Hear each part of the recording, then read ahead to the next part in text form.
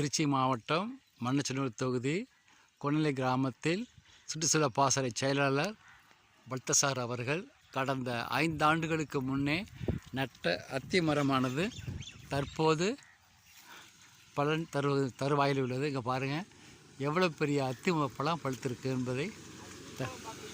ஆமாம் பாருங்கள், கொத்து கொத்தாக காய்ச்சிருக்கு. மிக்க மகிழ்ச்சி.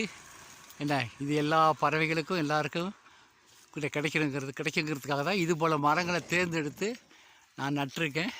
இது சிறப்பான நிகழ்வு. இங்கே பாருங்கள், கண்கொள்ளா காட்சி அத்தி மரம். மிக்க மகிழ்ச்சி உறவுகளே. நீங்களும் நம்முடைய உறவுகள் இது போல் மரங்களை நடுங்க அப்படிங்கிறது தான் என்னுடைய வேண்டுகோள். நன்றி. நாம் தமிழர்.